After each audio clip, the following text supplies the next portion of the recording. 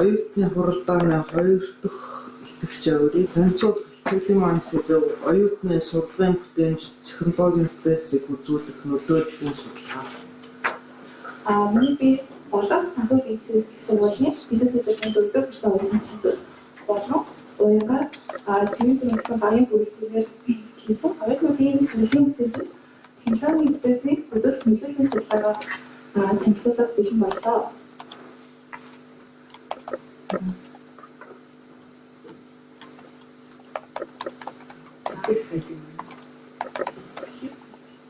Тэгэхээр юуны түрүүнд та бүхэндээ технологийн стресс гэж юу хэлээд байгаагаа тодорхойлж хэлж өгье. За технологийн стресс гэдэг нь болохоор мэдээлэл харилцаа холбооны технологиг үр ашиггүй ашиглаж байгаагаас үүссэн стрессийг хэлж байгаа. За тэгээд сүүлийн жилүүдэд боловсролын платформ гэхэд Google болон Apple app дээр болохоор 455 гаруй аппликейшнүүд болохоор бий болсон байна. За эдгээр платформыг болохоор их сургууль болон боловсролын салбарт маш ихээр ашиглах болсон. За тэгээд үүнээс үүдээд болохоор оюутнуудын бүтээмжүүд болохоор стресс үүсэж байгаа эсэхийг болохоор судлах зорилготойгоор эрхүү судалгаа хийсэн байгаа. За тэгээд судалгаагаа хийхдээ болохоор технологийн стресс нөлөөлөгч 5 хүчин зүйлийг авч үзсэн байгаа. За технологийн стресс гэдэг өөрөө ойлголт нь болохоор 1984 оноос болохоор гарч ирсэн ойлголт.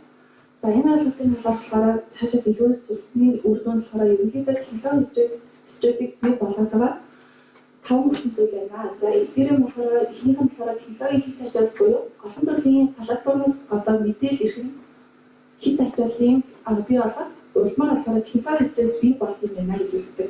За технологийн төвөгтэй байдал буюу тухайн технологиг ашиглах хүндрэлтэй байхаас хамаарат оюутнуудад одоо стресс үүсэж байна гэдэгтэр хамаарч бишсэн. За технологийн найдваргүй байдал буюу уг технологи нь болохоор ашиглах хэрэглэгчдэд одоо найдваргүй сэтгэл төрүүлэх. За үүнээс гадна болохоор тухайн технологи нь болохоор технологиг өөрөөс нь илүү сайн ашигладаг хүн хажууд нь байх юм бол өөртөө итгэвчгүй болох тийм стрессийг бий болгох гэх. За дөрөв нь болохоор технологийн хардал буюу хит одоо хувийн орон зайг хардах, чөлөөт цагийн одоо нөгөө хувийн орон зайг хардах зэрэг хардах нь болохоор технологийн стрессийг бий болгох гэх. За тэгээд технологийн тодорхой байдал буюу технологид болохоор жилийн хугацаатай ч юм уу 6 сарын хугацаатай ч юм уу байнгын шинжилгээ хийгддэг. За тэгээд энэ шинжилгээ нь болохоор тухайн одоо аппликейшнийг хэрэглээд датсан хүмүүс болохоор дахиж тухайн аппликейшнийг шинээр сурах тийм стрессийг бий болгодог гэх. За тэгээд уг 5 хүчин зүйл дээр болохоор суйлаа. Нэгтгэм болохоор Палави Батхая бодлон Уранда судлаачдын хийсэн технологийн стрессний их сургуулийн оюутнуудын бүтээмжид хэрхэн нөлөөлдөг талаар болохоор судалгааны дизайныг авч судалгаа хийсэн байгаа. За тэгээд судалгааныхаа таамаглалыг төвшүүлэхдээ болохоор дээрх 5 хүчин зүйл нь болохоор бүтээмжтэй эерэг хамааралтай юм гэдэг дээр болохоор таамаглалыг төвшүүлж судалгаа хийсэн байгаа. Судалгааныхаа арга зүйн болохоор магадлалын энгийн санамсруу төрийн аргыг ашигласан. За тэгээд санхүүгийн засгийн их сургууль болон Монгол Улсын их сургуулийн бизнес сургуулийн болохоор нэгэн бодготой санхүү удирдлага, маркетингийн хуралдаа, бизнес удирдлага гэх 4 мэргэжлийн бүтээгт 3190 оюутныг болохоор их олонхоор болгож авсан. За үүнээр болохоор их төвшингаа 95%-аар тооцоод төвийнхээ оновчтой тавьж гарахад 343 оюутан болсон. За бид нар болохоор судалгааныхаа хавцад өгөгдлөө цуглааж нэг 372 оюутнаас болохоор судалгаагаа харсан байгаа. За тэгээд судалгааны асуулын хүрээнд болохоор 5 шалгалт буюу 28 шалгалт асуулт ерөнхий мэдээллийн 7 асуултыг болохоор багтааж нийт 35 асуултаар судалгаа явуулсан.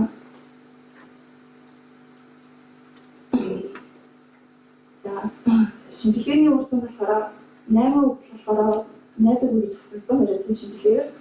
За үүний үр дүн болохоор судалгааны нийт өгөгдлийн маань Монгол Улсын их сургуулийн бизнес удирдлагын сургуулийн оюутнуудаар 49%, санхүүгийн засгийн их сургуулийн оюутнууд 51%-ийг эзэлж байгаа.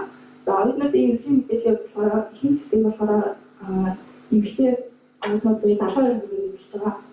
За тэгээд судалгаа явуулахын үр дүн болохоор За сургалтын ямар платформыг ашигладаг вэ? Энэ судалгаанд одоо технологийн стрессийг үзүүлж байгаа платформудад тодорхойлохын тулд оюутнуудаас ямар платформыг ашигладаг талаар болохоор асуултыг оруулж өгсөн байна. За үүнд болохоор мэдээж Moodle CC буюу тухайн сургуулийн ерөнхий сургуулийн платформ болон даалгавар гүйцэтгэлтэй холбоотой Google болон Microsoft-ийн програмууд.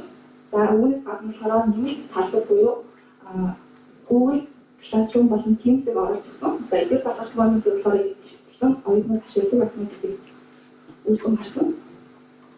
За тэгээд үүн асуулт 28 мишгал асуулт дээр болохоор найдвартай байдлын шинжилгээ хийхэд ерөнхийдөө болохоор роботын албан болохоор нэрүү төгсөн болохоор найдвартай гэж гарсан.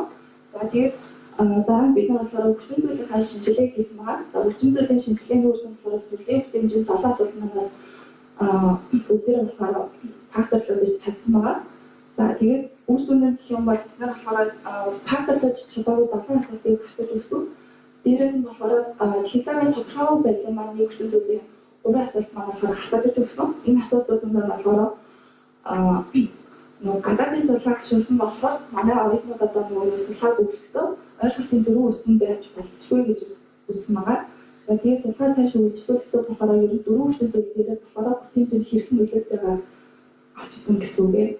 За тэгээд шинжилгээний хөгжлөд болохоор процессын шинжилгээгээр ер нь технологийн халдвар болон технологийн их ачаалал нь болохоор сурлагын бүтээжид илүү нөлөөтэй байгааг харж болж байна. За технологийн халдварт буюу нэг хувийн орон зайг хадж байгаа болохоор технологийн бүтээмжтэй эрэг бүлээс сул нөлөөтэй байгааг харж болж байна. За технологийн хэтээжид буюу олон платформуд нь ашиглан болохоор бас бүтээмжтэй нөлөөтэй байх нь гэдэг болохоор судалгааныхаа үр дүнгээс гаргаж ирсэн байгаа. За тэгээд энэ бүгдийг үнгээд хэлэх юм бол ер нь бол Монгол Улсын сургуулийн хувьд болохоор бүтээмжинд хамгийн их нөлөөтэй хүчин зүйл нь технологийн халдвар, хит ачаал, за найдваргүй байдлын хүчин зүйл байсан бол санхүү эдийн засгийн сургуулийн хувьд болохоор технологийн халдвар, найдваргүй байдлын хүчин зүйл нь болохоор илүү их бүтээмжтэй нөлөөтэй юм байна гэж үзсэн.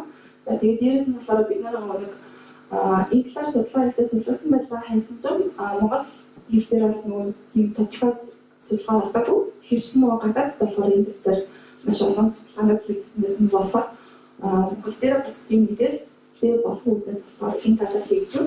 За тэгээд корреляцийн шинжилгээ гэх юм бол эрэг сурал нөлөөтэй байсан магадгүй одоо их суралцж байгаа үеийн бол тест генерашн. За тэгэхээр технологийн талаар мэдээлэлтэй өөртөө мэдээлэлтэй технологийн хувьд болохоор ашиглаж сурсан байгаа нь болохоор тийм их нөлөө үзүүлсэнгүй гэж дүгнэж болохоор байна гэж үзсэн байгаа.